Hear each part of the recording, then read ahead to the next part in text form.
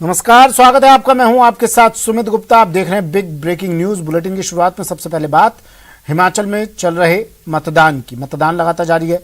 10 बजे तक 5.02% वोटिंग हो चुकी है। हिमाचल में धीमी गति से मतदान हो रहा है।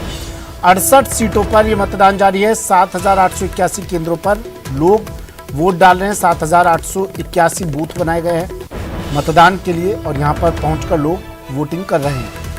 मैदान में 412 उम्मीदवार हैं। केंद्रीय बलों की 67 कंपनियां भी तैनात हैं। 11,847 पुलिस कर्मचारी भी तैनात।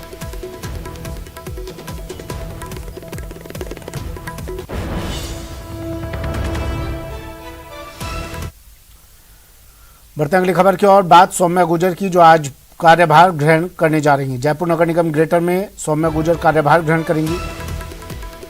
महापौर सौम्या गुर्जर महापौर के पद पर आज 12:15 पर कार्यभार ग्रहण करेंगी। हाईकोर्ट से राहत मिलने के बाद दोबारा कुर्सी संभालेंगी सौम्या गुर्जर। कल स्वायत्त शासन विभाग ने नोटिस जारी किया था। सौम्या गुर्जर को सुनवाई के लिए कारण बताओ नोटिस दिया गया है। हाईकोर्ट के आदेश की पालना में नोटिस जारी किया गया है। 18 नवंबर तक सुनवाई के लिए उपस्थित होने का समय सौम्या गुर्जर को दिया गया है। अब मामले में सरकार सुनवाई के बाद ही कोई कदम उठाएगी।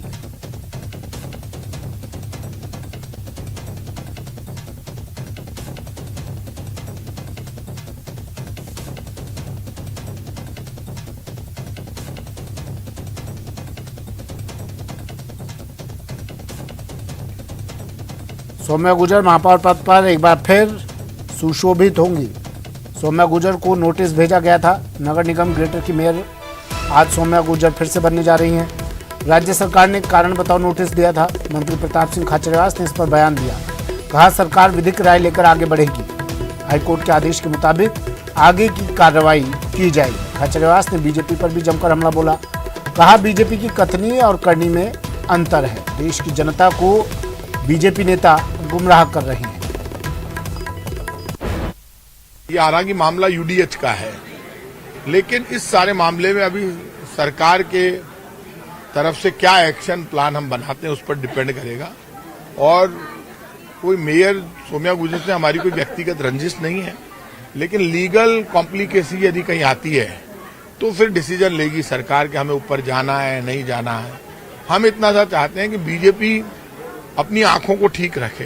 भारतीय जनता पार्टी जिस तरह की भाषा का प्रयोग करती है, लोगों का आटा दाल चावल छीन लिया केंद्र की मोदी सरकार ने। टैक्स लगा दिया पराठे पर, 18% टैक्स लगा दिया पराठे पर। जो पराठा नहीं छोड़ा, आटा नहीं छोड़ा, दाल चावल नहीं छोड़ा, जिस बीजेपी ने सिर्फ देश के साथ धोखा किया।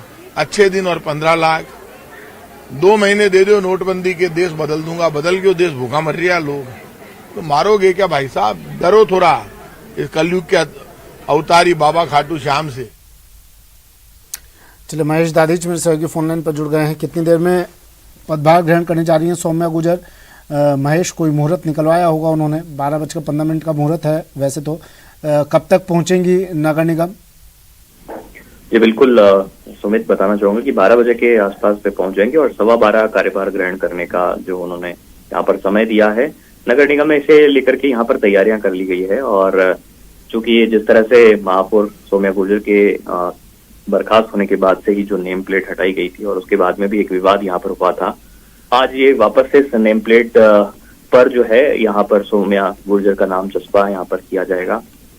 और साथ ही में दूसरी तरफ यहाँ इस मामले को लेकर के उन्हें जो नोटिस अभी दिया गया है और 18 नवंबर की जो तारीख उन्हें मिली है, इस मामले में जो सुनवाई अभी उन्हें उनकी करनी है राज्य सरकार की तरफ से हाईकोर्ट के आदेशों के बाद में, तो एक तरह से इस मामले में अभी भी जो है ये कहा जा सकता है कि पूरी तरह जो डिसीजन है वो राज्य सरकार का अभी नहीं है और सरकार इस मामले में सुनवाई करेगी और उसके साथ में आगे बढ़ेगी। जिस तरह से प्रताप सिंह खाचरियावास मंत्री वो भी कह रहे हैं कि अभी सरकार जो है इस मामले में विधिक राय लेगी और उसके बाद ही पूरी तरह से लीगली जो है ठीक होने के बाद, करेक्ट होने के बाद में ही जो है कोई किसी तरह के डिसीजन पर पहुंचेगी। यानी कि अभी अब कोई सरकार जो है आनन फानन में फैसला नहीं करेगी, जिस तरह का फैसला पहले किया गया 27 मतलब ये तो मान रहे हैं कि पिछली बार गलती हो गई, गलती से गलती हो गई, जल्दबाजी में ले लिया था फैसला। जी बिल्कुल, देखिए ये बात तो सही है, कहीं न कहीं माने या नहीं माने, लेकिन हाँ। अब जो उनके हाव भाव हैं वो इस तरह के प्रदर्शित हो रहे हैं कि सरकार एक तरह से अब पूरी तरह जो है लीगली अपने आप को ठीक करना चाहेगी और विधिक राय लेने के बाद ही इस मामले में आगे बढ़ना चाहेगी, क्योंकि पिछली बार उन्हें कोर्ट में जाकर के वहां पर ये एक तरह से मुंह की खानी पड़ी और इस मामले में उन्हें झटका लगा। तो जिन अधिकारियों के द्वारा जो प्रक्रिया अपनानी चाहिए थी, उन्होंने ठीक तौर पर उस प्रक्रिया का पालन नहीं किया, क्योंकि सुनवाई का मौका किसी पर अगर आप दोषारोपण कर रहे हैं, आरोप अगर लग रहे हैं, तो उसमें उसको बराबर देना होता है, लेकिन वो यहाँ पर संभव नहीं किया गया। तो ऐसे में अब जो है इस मामले में सुनवाई के बाद में जो भी और पूरी प्रक्रिया रहेगी, विधिक प्रक्रिया, उसको पूरा करने के बाद ही जिस तरह से इस मामले की जो रिपोर्ट रहेगी वो निर्णय में कायम होगी और उसके बाद में निर्णय जो है वो यहाँ पर सबके सामने होगा। जहां तक हाईकोर्ट ने इस मामले में साफ कहा था कि सरकार है वो पूरा एक बार की इस मामले की सुनवाई करे और सुनवाई के बाद में ही किसी तरह का निर्णय ले, क्योंकि 27 सितंबर का जो आदेश आया था उसको रिफ्रेश करने के लिए भी जो है वो कहा था कि फ्रेश ऑर्डर जो है वो यहाँ पर जारी किया जाए, और वो ऑर्डर जारी हो चुका है। जो नोटिस है वो एक तरह से फ्रेश नोटिस कल रात को ही भेज दिया गया था और यहाँ पर वो नोटिस भी जो है मेयर को मिल चुका है, उसकी तामील भी हो रही है और यहाँ पर उसी ऑर्डर के मुताबिक अब 18 नवंबर की तारीख यहाँ पर जो है मुकर्रर है, जिसमें कि उस पर जो है सुनवाई की कार्रवाई होगी और उसके बाद में ही कोई सरकार की तरफ से फैसला सबके सामने आएगा। ठीक है, राजनीतिक गलियारों में जो भी दाव पेच आपको चलने हैं चलते रहिए, लेकिन उम्मीद हम क्या ये कर सकते हैं महेश कि पिछले देखिए सबसे बड़ा त्योहार था दीपावली का, उससे पहले से जो स्थिति हमने शहर की सड़कों की देखी, गलियों की देखी, कम से कम उस तस्वीर से निजात मिल जाएगी शहरवासियों को, उम्मीद की जा सकती है इतनी? देखिए ये बात तो बिल्कुल ठीक कही आपने कि जो राजनीतिक उठापटक होती है उसके कारण प्रशासन पर कहीं प्रभाव इसका पड़ता है और प्रशासन में वो एक लापरवाही आ जाती है जब बड़े पद पर जो जनप्रतिनिधि वहां पर बैठता है और वहां पर अस्थिरता होती है, जिसके पास में की पूरी मॉनिटरिंग नगर निगम की पूरी कमान होती है। अगर वहां पर अस्थिरता का माहौल होता है तो उसका जो पूरा असर है वो पूरे के पूरे नगर निगम पर पड़ता है और इसका खमियाजा जनता को भुगतना पड़ता है, क्योंकि नगर निगम से ऐसे काम हैं जो कि मसलन सफाई का ऐसा सबसे बड़ा काम जो नगर निगम करता है, भले ही जो है रोड लाइटिंग का काम हो, रोड्स बनाने का काम हो या उनकी मरम्मत का काम हो, तो ऐसे जो छोटे बड़े इश्यूज हैं जो कि आम जनता से सीधे तौर पर जुड़े हुए हैं, उन पर प्रभाव पड़ना लाजमी है। और ऐसे में ठीक, शुक्रिया महेश तमाम जानकारी के लिए। महेश दादीच मेरे सहयोगी हमारे साथ फोन लाइन पर जुड़े। बढ़ते हैं अगली खबर की और, बात बीजेपी कार्य समिति की बैठक की जो झुंझुनू में शुरू हो रही है आज से। बीजेपी कार्य समिति की बैठक झुंझुनू में 2 दिनों तक ये कार्य समिति की बैठक चलेगी। पहले दिन जिलाध्यक्षों और जिला प्रभारियों की बैठक होगी, दूसरे दिन बीजेपी की प्रदेश कार्य समिति की बैठक होगी। बैठक में 400 से ज्यादा बीजेपी नेता हिस्सा लेंगे। विधानसभा चुनाव संगठन मजबूती पर चर्चा इस बैठक में होगी।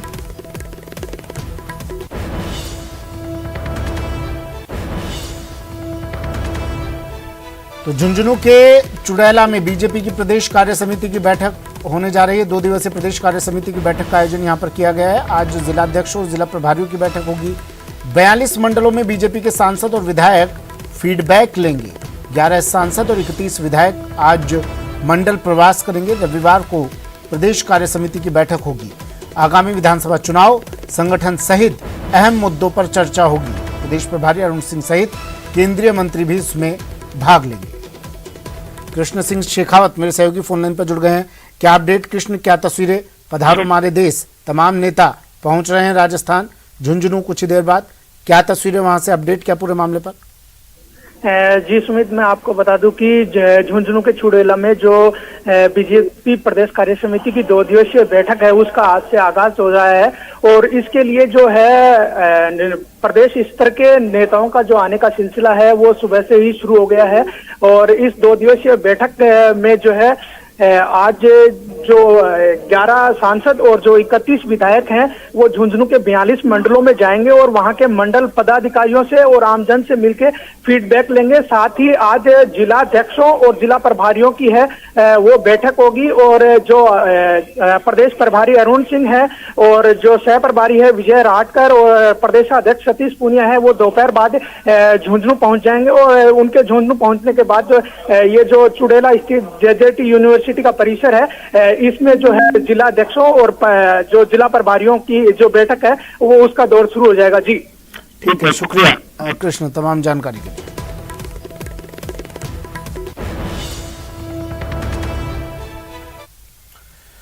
पश्चिम बंगाल के मंत्री और टीएमसी नेता अखिल गिरी ने शुक्रवार को राष्ट्रपति द्रौपदी मुर्मू के खिलाफ आपत्तिजनक टिप्पणी की।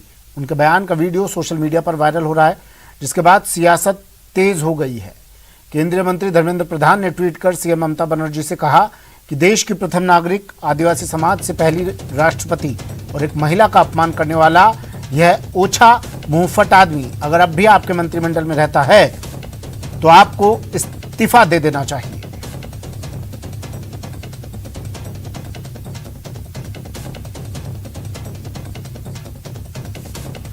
केंद्रीय मंत्री धर्मेंद्र प्रधान ने ममता सरकार के मंत्री पर निशाना साधते हुए कहा कि देश की प्रथम नागरिक, आदिवासी समाज से पहली राष्ट्रपति और एक महिला का अपमान करने वाला ये ओछा मुंहफट आदमी अगर अब भी आपके मंत्रिमंडल में रहता है तो आपको इस्तीफा दे देना चाहिए। उन्होंने टैग किया ममता बनर्जी को उनके ट्विटर पर। साथ ही आगे लिखा उन्होंने, अखिल गिरी का मंत्री पद पर बने रहना समस्त नारी जाति और पूरे देश का अपमान है।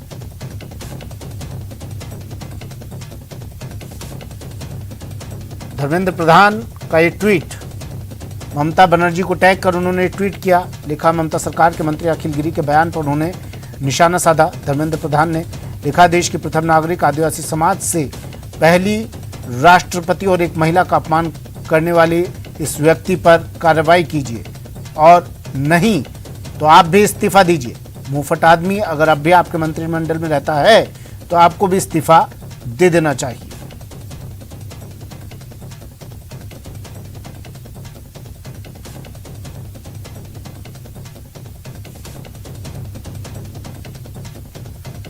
अखिल गिरी के बयान पर ये ट्वीट किया धर्मेंद्र प्रधान ने। राष्ट्रपति द्रौपदी मुर्मू पर विवादित बयान दिया था, उसको लेकर केंद्रीय मंत्री धर्मेंद्र प्रधान ने ट्वीट किया है। टीएमसी के मंत्री की बदजबानी पर केंद्रीय मंत्री धर्मेंद्र प्रधान का ट्वीट। और जालौर से बड़ी खबर आ रही है, जहां बागोड़ा क्षेत्र में टिड्डियों ने दस्तक दे दी है। किसानों के खेतों में खड़ी फसलों को टिड्डियों ने बर्बाद कर दिया। जीरे की फसल को नष्ट कर दिया टिड्डियों ने। किसानों ने तहसीलदार को ज्ञापन सौंपा है।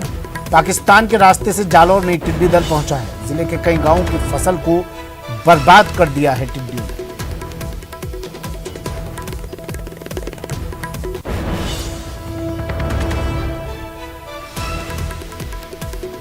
तो टिड्डी अटैक फिर से, टिड्डियों का आतंक जालौर में। पाकिस्तान के रास्ते जालौर पहुंचा टिड्डी दल, किसानों की फसलों को पूरी तरह से बर्बाद कर दिया।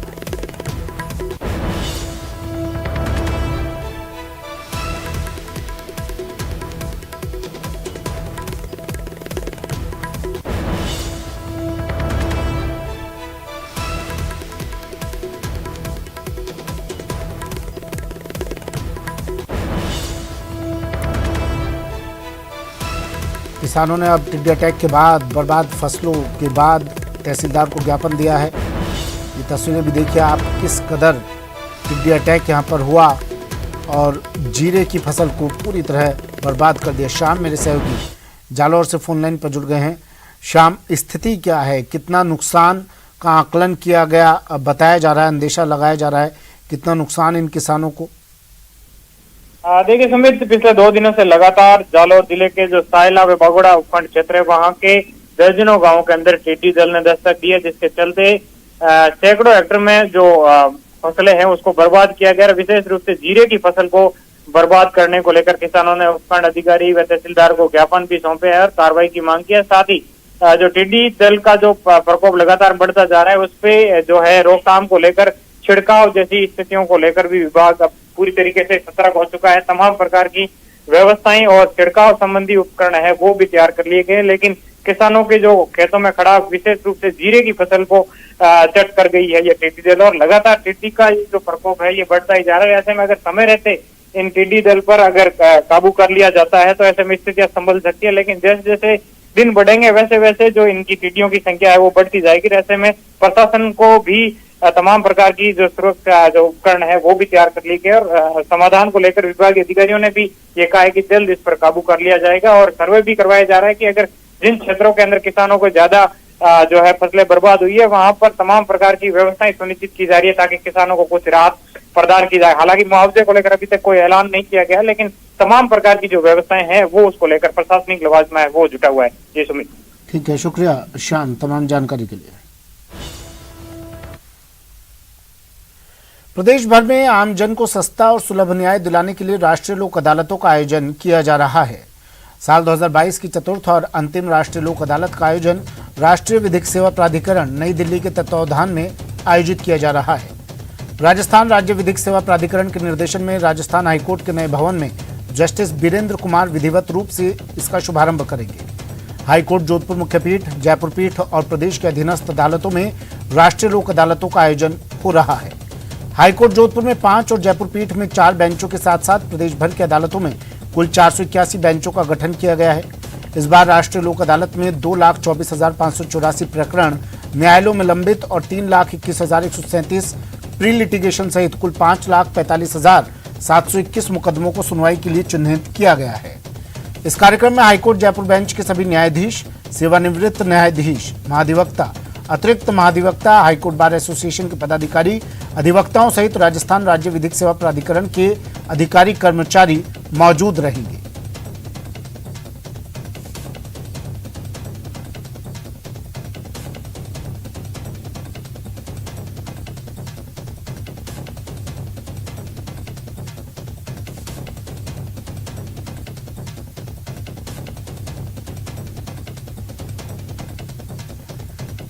तो आमजन को सस्ता और सुलभ न्याय दिलाने के लिए इन अदालतों का आयोजन किया जा रहा है। 2022 की चतुर्थ और अंतिम राष्ट्रीय लोक अदालत का आयोजन राष्ट्रीय विधिक सेवा प्राधिकरण नई दिल्ली के तत्वावधान में आयोजित किया जा रहा है। राष्ट्रीय लोक अदालत में इस बार 2,24,584 प्रकरण न्यायालयों में लंबित और 3,21,137 प्री लिटिगेशन सहित कुल 5,45,721 मुकदमों को सुनवाई के लिए चिन्हित किया गया है। राकेश मेरे सहयोगी फोन लाइन पर जुड़ गए हैं। करीब 6 लाख मुकदमे राकेश इन राष्ट्रीय लोक अदालतों में के लिए चिन्हित किए गए हैं, निपटारा हो पाएगा? बिल्कुल, देखिए सुमित, आज राष्ट्रीय लोक अदालत शुरू हो चुकी है और जबरदस्त वहां पर लोग आए हैं, क्योंकि पहले से जो जिला सेवा प्राधिकरण है उन्होंने तमाम ऐसे मामले थे तो यहाँ पहले नोटिस जारी करके सबको बुला लिया था। बुलाने के बाद जो संबंधित संस्थाएं हैं जिनसे इस तरह के विवाद हैं, जो पार्टियां हैं या ऐसे मामले जो जिनमें डिस्प्यूटेड हैं, उन सभी को बुला करके एक जगह ला करके जो दस्तावेजों की साथ साथ उनसे वार्ता की जा रही है, समझौते के प्रयास किए जा रहे हैं। और चूंकि 6 लाख से ज्यादा केसेज हैं और पूरे राजस्थान में जो सभी तरह की अदालतें हैं, चाहे वो न्यायिक प्रकरण से जुड़ी हुई हों या जो अधीनस्थ न्यायालय हैं, श्रम न्यायालय हैं, वहां पर आज ये लोक अदालतें आयोजित की जा रही हैं। और इन क्षेत्रों में जो सभी तरह के मामले हों, चाहे पारिवारिक हों, क्रिमिनल हों, इकोनॉमिक ऑफेंसेस हों, तो दोनों पक्षों के बीच सुलह के प्रयास किए जा रहे हैं। और चूंकि वर्ष की ये अंतिम अदालत है और इस अदालत में जो है निश्चित तौर पर राज्य सेवा विधिक प्राधिकरण और हाईकोर्ट के जो जजेज हैं, अधिकारी हैं, प्रशासन है, उसके द्वारा ये कोशिश की जा रही है कि अदालतों में जिस तरीके से मामले बढ़ते जा रहे हैं उनको किस तरीके से कम किया जाए। और यहाँ चूंकि त्वरित न्याय मिलता है और बहुत कम पैसे खर्च करने पड़ते हैं, लोगों को बहुत ज्यादा चक्कर नहीं लगाने पड़ते हैं, तो इस दिशा में एक आगे अभी बढ़े हैं और देर शाम तक संभवतः अच्छे परिणाम इसके सामने आएंगे। लगभग 6 लाख केस रजिस्टर्ड किए गए हैं, तो 70 से 80% मामलों का निपटारा लोक अदालत में होने की उम्मीद है। किस तरह के मामले अब तक की अगर बात करें, किस तरह के मामले ज्यादा सामने आ रहे हैं राकेश? बिल्कुल, देखिए इसमें खास तौर पर जो सबसे ऐसे मामले हैं जिनमें छोटा छोटा विवाद है, जैसे बैंकों से संबंधित मामले हैं, बीमा से संबंधित मामले हैं, दुर्घटनाओं से संबंधित मामले हैं, पारिवारिक न्यायालय में तलाक का मामला हो या मियाँ बीबी के बीच झगड़े वाली बात हो या भाइयों के बीच में आपसी कलह हो, जमीन से संबंधित मामले हों या फिर ऐसे पुराने विवाद जो कभी सुलझ नहीं पाए और आज उन कानूनी मायने उनके बदल चुके हैं, तो विधिक सेवा प्राधिकरण ऐसे मामलों को बैठ करके निपटारा करता है और जो संबंधित तमाम एजेंसियां हैं उनको यहाँ बुलाता है और उस मामले में त्वरित न्याय दिलाने की कोशिश की जाती है। तो आज जो मामले हैं सभी तरह के मामले रजिस्टर्ड किए गए हैं। चलिए, शुक्रिया राकेश तमाम जानकारी के लिए। खबर जयपुर से, जहां मंत्री प्रताप सिंह खाचरियावास ने धार्मिक यात्रा को रवाना किया। यात्रियों को अपने निवास से खाटू श्याम नगरी के लिए मंत्री प्रताप सिंह खाचरियावास ने रवाना किया। 4 बसों से खाटू श्याम धाम ये श्रद्धालु भेजे गए। आज खाटू श्याम धाम ये 251 श्रद्धालु जा रहे हैं। खाटू श्याम जी को लेकर बहुत मान्यता है लोगों में कि भगवान कृष्ण के रूप में खाटू श्याम जी की पूजा होगी। खाटू श्याम जी का स्थान मेरे गांव खाचरियावास के नजदीक है और आप जानते हैं कि कलयुग के अवतारी के रूप में खाटू श्याम जी की पूजा की जाती है। तो कलयुग में जहां भी जो भी खाटू श्याम जी के दर्शन करेगा उसकी मनोकामना पूरी होगी, शांति मिलेगी। खाटू श्याम जी की यात्रा को लेकर पिछले 4 साल से हमारे कांग्रेस के युवा नेता रवि हेमलानी जी सिविल लाइंस विधानसभा क्षेत्र में जहां भी लोगों की डिमांड होती है वहां पर बसें लगाते हैं और उनको निःशुल्क हम सिविल लाइंस हमारे कांग्रेस परिवार की तरफ से पूरा आयोजन रवि हेमलानी जी करते हैं और यहां से हम महिलाओं को रवाना करते हैं। महिलाओं में ज्यादा मान्यता है। अब तक मैं हमारे वार्डों से हजारों महिलाएं खाटू श्याम जी निःशुल्क यात्रा पर भेज चुके हैं। ये कृष्ण भगवान की दया है हमारे ऊपर, क्योंकि आप ये मानकर चलिए कि मैंने देखा है कि खाटू श्याम जी के लिए लोगों में इतना उत्साह है कि आज वापस बसें कम पड़ गई, लेकिन उनके लिए और बसें लगाएंगे। ये जो यात्राएं चल रही है वो यात्राओं का हम कोई एहसान नहीं कर रहे किसी के ऊपर। बहुत लोग हैं जो आगे बढ़कर पुण्य का काम हाथ में लेते हैं।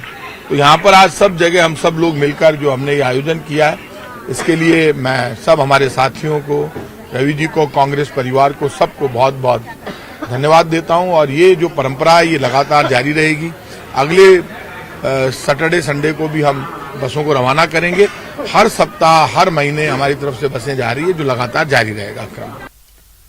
धौलपुर से बड़ी खबर है, जहां फूड पॉइजनिंग का शिकार एक परिवार हो गया। परिवार के 8 लोग बीमार हो गए हैं। शाम को पालक के पराठे खाकर ये सभी लोग सोए थे। देर रात अचानक इनकी तबीयत बिगड़ गई। सभी को अस्पताल पहुंचाया गया। गंभीर पीड़ितों को हायर सेंटर रेफर किया गया है। सदर थाना इलाके की लोहारी का पूरा मामला है। हरिवीर मेरे सहयोगी धौलपुर से फोन लाइन पर जुड़ गए हैं। हरिवीर, क्या मामला पूरा? जी, मैं आपको बता दूं कि ये पूरा मामला है वो सदर थाना क्षेत्र के लोहारी का पूरा गांव का ये पूरा मामला है, जहां पर देर रात को एक ही परिवार का जो आलू के पालक के पराठे बनाए थे उनको खा करके सोया था, जिनमें से 8 लोग थे। 8 लोगों की तबीयत खराब हो गई। उनको देर रात को अस्पताल में भर्ती कराया गया, जहां पर उनकी हालत गंभीर होने पर उन्हें हायर सेंटर के लिए रेफर कर दिया गया है। तो ये पूरा मामला लोहारी गांव के जो पड़ा है वहां का ये पूरा मामला है, जहां पर ये 8 लोग थे, एक ही परिवार के लोग थे। इनको हायर सेंटर के लिए रेफर कर दिया गया है। जी ठीक है, शुक्रिया हरिवीर तमाम जानकारी के लिए।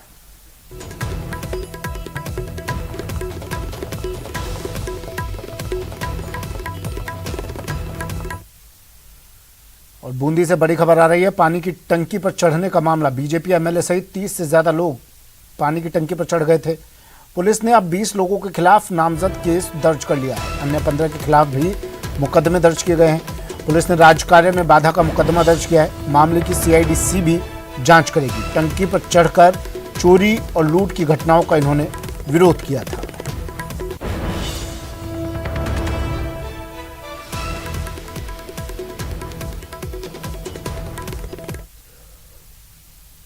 बीकानेर में फर्जी कंपाउंडर पकड़ा गया है। गजनेर में, बीकानेर के गजनेर में इस फर्जी कंपाउंडर को पकड़ा गया है।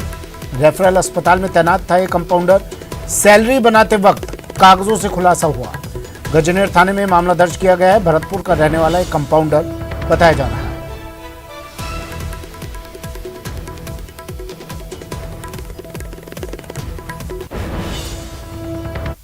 फर्जी कागजातों के आधार पर यहाँ पर अस्थायी नियुक्ति के डॉक्यूमेंट पेश किए, जिस आधार पर उसने यहाँ ज्वाइनिंग कर ली।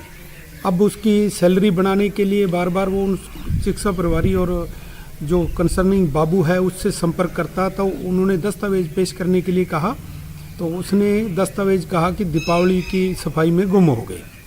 शक होने पर उसकी जांच की, तो जांच के दौरान पाया गया कि उसने जो आदेश पेश किए हैं वो दोनों फर्जी हैं।